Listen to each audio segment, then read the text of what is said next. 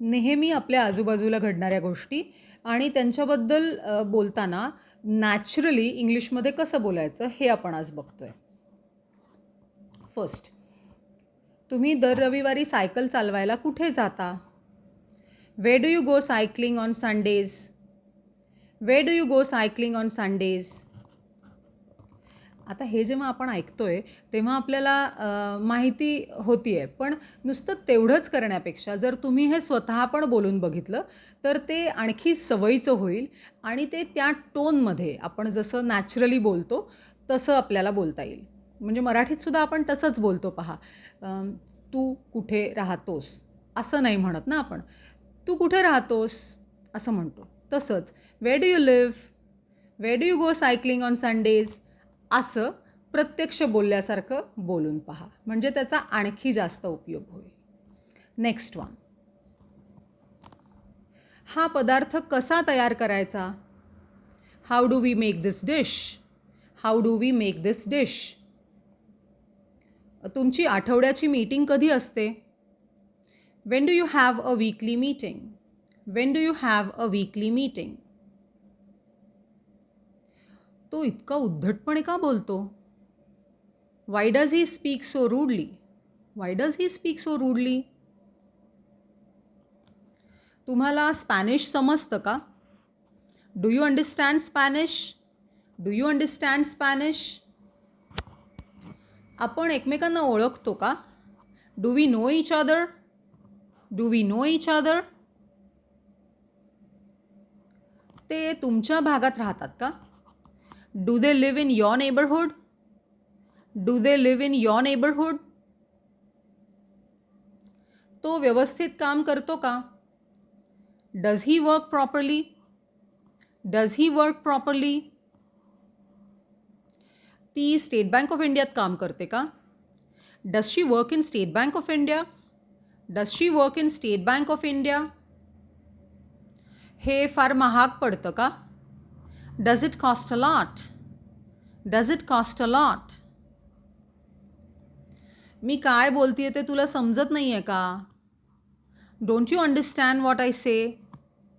Don't you understand what I say?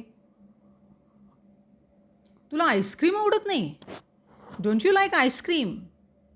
Don't you like ice cream? आपल्याला योग्य पद्धत माहीत नाही आहे का? Don't we know the right way? Don't we know the right way? तू अनिकेतला ओळखत नाहीस? Don't you know Aniket? Don't you know Aniket?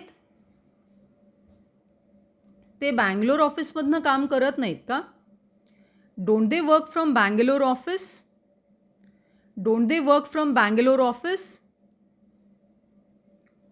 Ayaan नोकरी करत नाही का? किंवा तो नोकरी करत नाही का? Doesn't Ayan do a job? किंवा doesn't he do a job? Doesn't he do a job? तो इतरांना सहकार्य करत नाही का? Doesn't he cooperate with others? Doesn't he cooperate with others? ती आता पुण्यात राहत नाही का? म्हणजे एखादी व्यक्ती आधी राहत असेल आणि आता राहत नाही का असं आपल्याला विचारायचं आहे. Doesn't she live in Pune anymore? Doesn't she live in Pune anymore? ही गाडी CNG वर चालत नाही का? Doesn't this car work on CNG?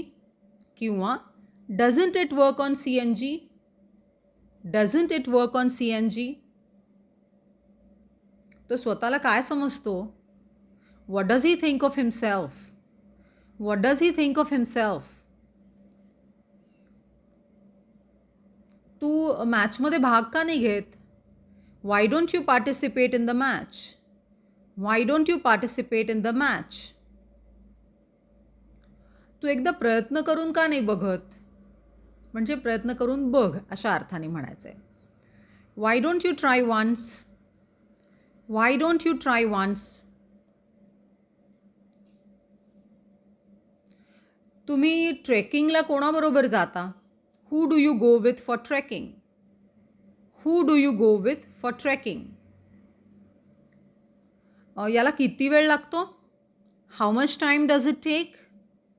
How much time does it take? या हॉस्टेलमध्ये किती स्टुडंट्स राहतात किंवा या पी जीमध्ये किती मुलं राहतात?